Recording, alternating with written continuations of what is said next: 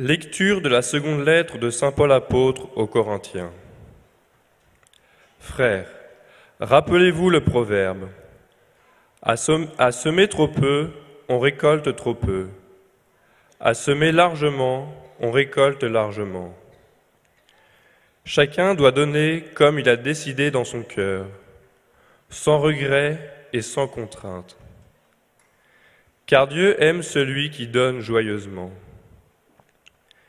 Et Dieu est assez puissant pour vous donner toute grâce en surabondance, afin que vous ayez en toutes choses et toujours tout ce qu'il vous faut, et que vous ayez encore du superflu pour faire toutes sortes de biens.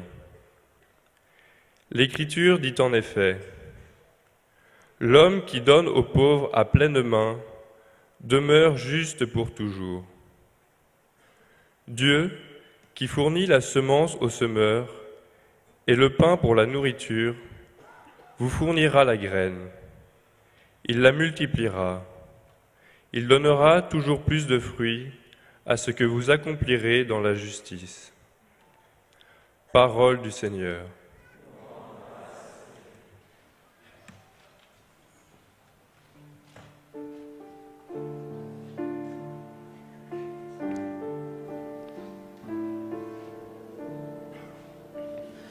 Heureux l'homme qui met sa foi dans le Seigneur. Heureux l'homme qui met sa foi dans le Seigneur. Heureux qui craint le Seigneur, qui aime entièrement sa volonté. Sa lignée sera puissante sur la terre, la race des justes est bénie. Heureux l'homme qui met sa foi dans le Seigneur. L'homme de bien a pitié, il partage, il mène ses affaires avec droiture. Cet homme jamais ne tombera, toujours on fera mémoire du juste. Heureux l'homme qui met sa foi dans le Seigneur. Il ne craint pas l'annonce d'un malheur, le cœur ferme, il s'appuie sur le Seigneur. Son cœur est confiant, il ne craint pas, il verra ce que valaient ses oppresseurs. Heureux l'homme qui met sa foi dans le Seigneur. Homme de justice, de tendresse et de pitié, à pleine main il donne aux pauvres. À jamais se maintiendra sa justice, sa puissance grandira et sa gloire.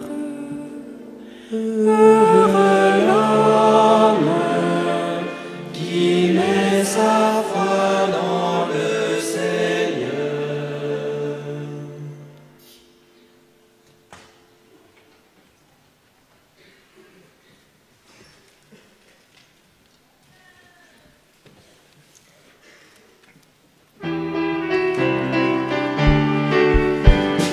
Alléluia, Alléluia, Alléluia, Alléluia, Alléluia, Alléluia, Alléluia, Alléluia, Alléluia,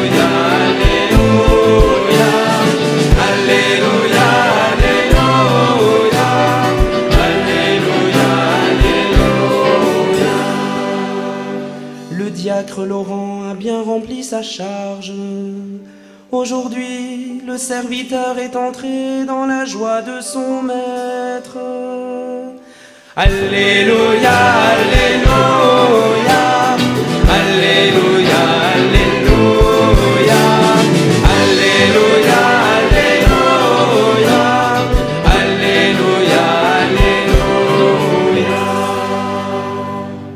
Le Seigneur soit avec vous. Évangile de Jésus-Christ selon saint Jean. Quelques jours avant la Pâque, Jésus disait à ses disciples, « Amen, Amen, je vous le dis, si le grain de blé tombé en terre ne meurt pas, il reste seul. Mais s'il meurt, il donne beaucoup de fruits. Celui qui aime sa vie la perd. Celui qui s'en détache en ce monde la garde pour la vie éternelle. Si quelqu'un veut me servir, qu'il me suive. Et là où je suis, là aussi sera mon serviteur. Si quelqu'un me sert, mon Père l'honorera. » Acclamons la parole de Dieu.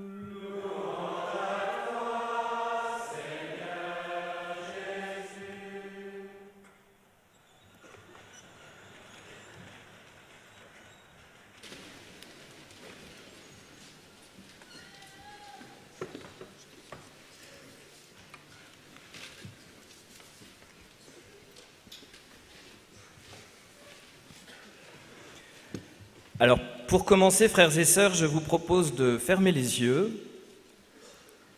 et de repenser à un moment de votre vie où vous avez été le plus heureux.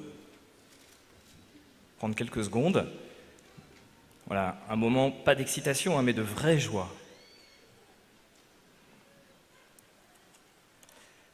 Alors, sans être devin, je peux déjà vous dire que vous n'étiez pas seul à ce moment-là.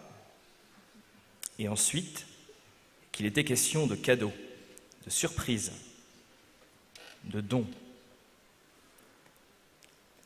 Vous pouvez ouvrir les yeux pour mieux entendre.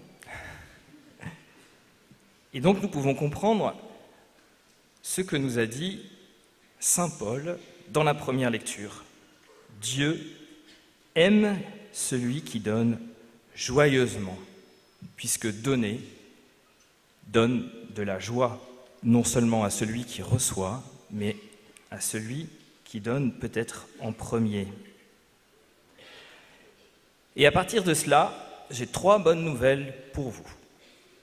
Première bonne nouvelle, eh bien, il est question de la joie de Dieu. Pardon, de la joie de l'homme. La joie de Dieu viendra après. Joie de l'homme. Je ne sais pas si vous connaissez saint Jean-Paul II, un immense pape. Dans ses catéchèses sur la théologie du corps, il nous rappelle que l'homme et la femme ont été créés pour le don d'eux-mêmes. Ils ont été mis dans un univers, dans la création, qui leur a été donnée par Dieu. Ils ont été donnés l'un à l'autre et ils se sont reconnus comme dons l'un pour l'autre. Et avant le problème du serpent et du fruit défendu, eh bien, il était question de ce don plein qu'ils ont vécu l'un avec l'autre. Et nos premiers parents ont vécu pleinement ce don réciproque, de la manière la plus pure, sans chercher à calculer, sans convoitise, sans regard de travers, sans égoïsme. Et cette nostalgie du don, ce don parfait et pur, nous l'avons tous inscrit au plus profond de notre cœur. Et vous en avez tous déjà fait l'expérience, que ce soit dans ce dont vous venez de vous souvenir pour l'instant, mais aussi dans d'autres circonstances de la vie. Le Concile Vatican II nous le dit aussi à sa manière, dans une phrase qui a été, de manière très souvent, reprise par Jean-Paul II.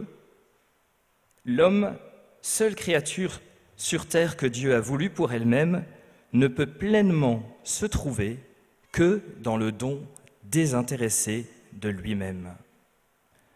L'homme ne peut se trouver que dans le don désintéressé de lui-même.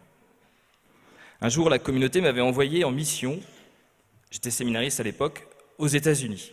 C'était une mission paroissiale, et je me souviendrai toujours d'une homélie d'un prêtre là-bas qui nous disait « When you give yourself, you find yourself ». Quand vous vous donnez, vous vous trouvez. Quand vous vous donnez, vous apprenez à vous connaître. Vous l'avez peut-être aussi expérimenté d'une autre manière, je ne sais pas, vous avez certainement déjà eu l'occasion de vous retrouver devant un tout petit enfant qui vous donne un beau caillou, un beau coquillage, ou une petite fille qui vous offre une super fleur. Les enfants n'ont rien. Tout ce qu'ils possèdent, c'est leurs parents qui leur a donné. Mais ils sont très fiers de vous donner quelque chose. Eh bien, ça veut dire que cette joie du don est inscrite profondément en chacun de nous. Et Benoît XVI, dans son encyclique Caritas in Veritate, le dit également, l'être humain est fait pour le don. C'est le don qui exprime et réalise sa dimension de transcendance. En quelque sorte, le don nous connecte avec le ciel. Première bonne nouvelle, on peut dire que c'est une joie de se donner. C'est donc inscrit dans notre ADN, dans notre corps, dans notre cœur. Nous sommes faits pour le don de nous-mêmes. Deuxième bonne nouvelle, si vous avez suivi mon lapsus de tout à l'heure, c'est la joie de Dieu. Et oui, il y a d'abord cette joie de Dieu qui nous précède. Il nous a aimés le premier et il ne cesse de tout nous donner, à commencer par la vie, une famille, des amis, un lieu pour grandir, pour s'épanouir. Et en entendant de la bouche de Paul don et joie, on ne peut s'empêcher de penser à celui qui est le don par excellence.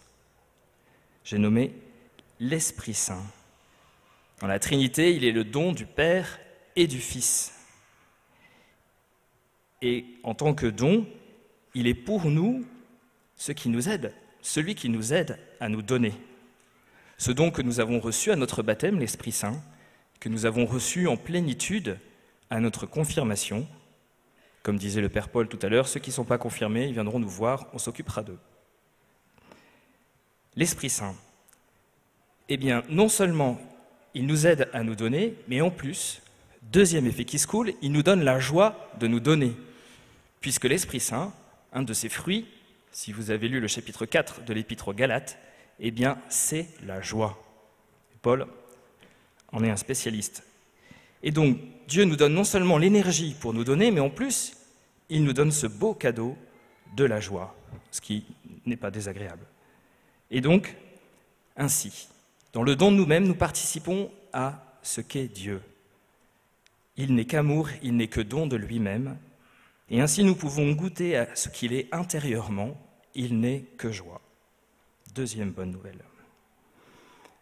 Alors, frères et sœurs, chers jeunes, vous êtes à un âge où commencent à se poser les grandes questions, les choix de vie, orientation, études, travail.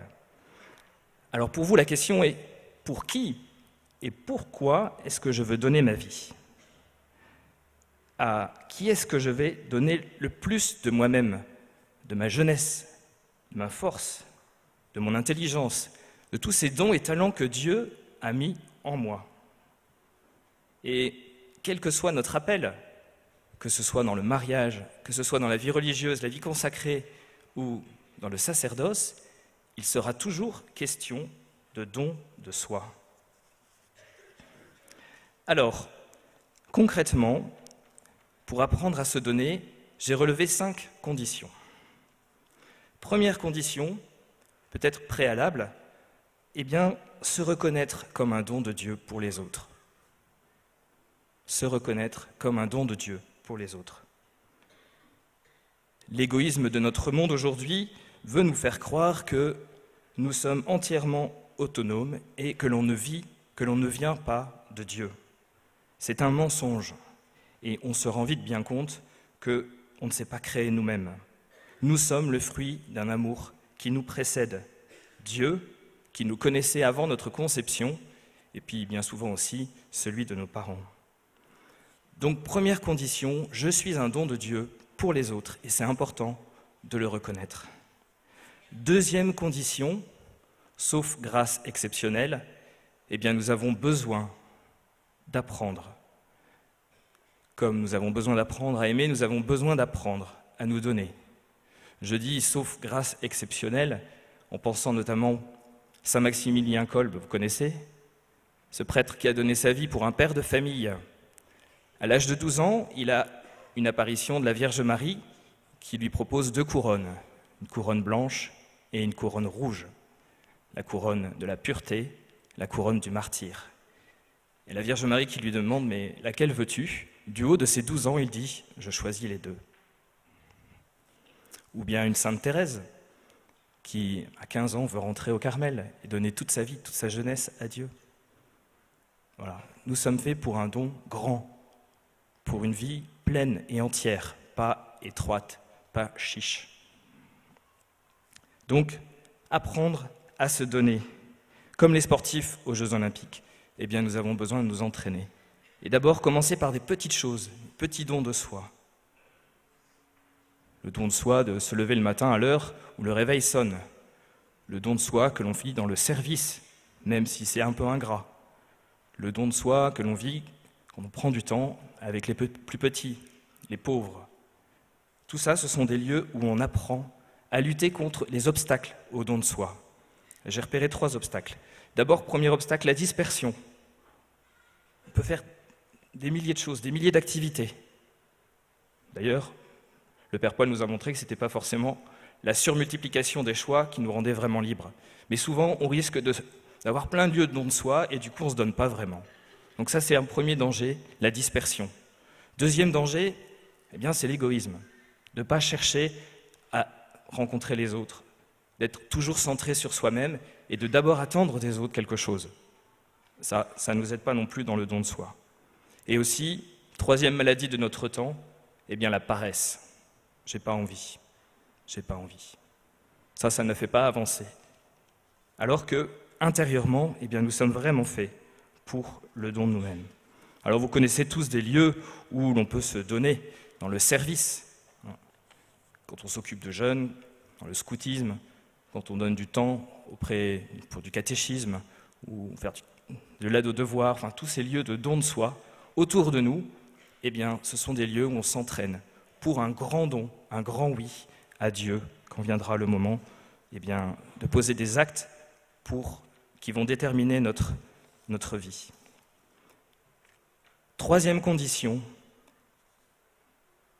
un petit peu ce qui était en lien avec précédemment, on ne peut se donner pleinement si l'on passe son temps à se regarder le nombril.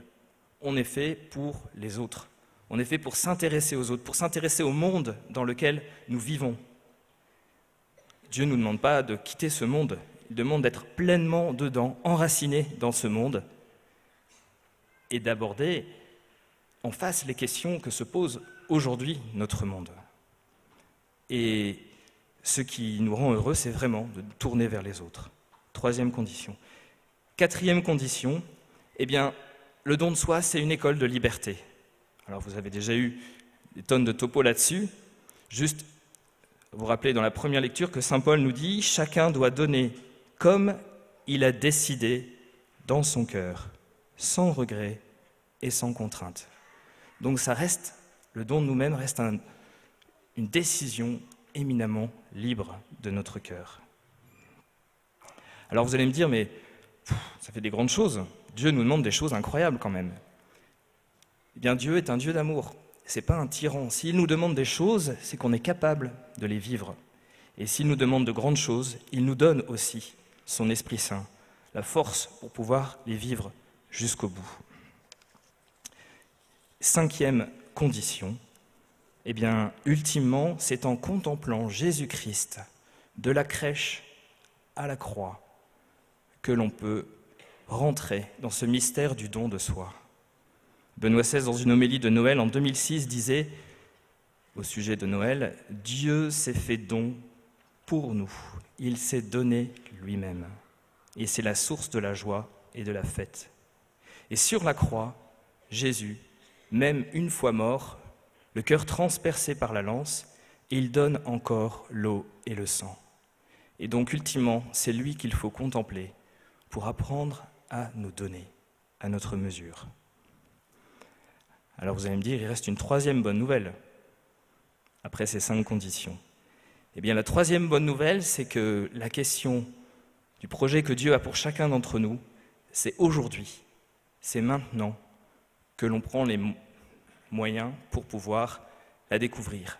Ce plan d'amour que Dieu a pour chacun de nous, cette vocation au bonheur, à la joie qui va remplir notre vie, pas de manière superficielle mais en profondeur, c'est maintenant que l'on prend les moyens pour avancer. Et donc, à partir du moment où on réalise combien Dieu nous aime et que s'il nous appelle à quelque chose, ce n'est pas pour nous envoyer au casse-pipe, mais c'est pour porter du fruit, eh bien, on ne peut que répondre oui à son appel. Dieu a un projet pour chacun de nous, en fonction de ses dons et ses talents qu'il a mis en nous, et que l'on apprend à connaître en nous confrontant aux autres dans le service. Alors, comme tout à l'heure dans la louange, nous étions appelés à un peu de folie. Eh bien, frères et sœurs, soyons fous. Le don de nous-mêmes n'est pas une fin en soi, il est un moyen pour aimer. Et quand je donne du temps à Dieu dans la prière, j'aime mon Créateur. Quand je rends service à mon prochain, c'est un moyen de lui montrer qu'il a du prix à mes yeux. Quand je donne du temps pour m'occuper d'enfants, de personnes avec handicap, de pauvres, c'est une manière de les aimer. Et quand j'entends l'appel de Jésus et que je prends les moyens pour y répondre, pour le suivre en confiance dans son Église, eh bien je lui rends amour pour amour.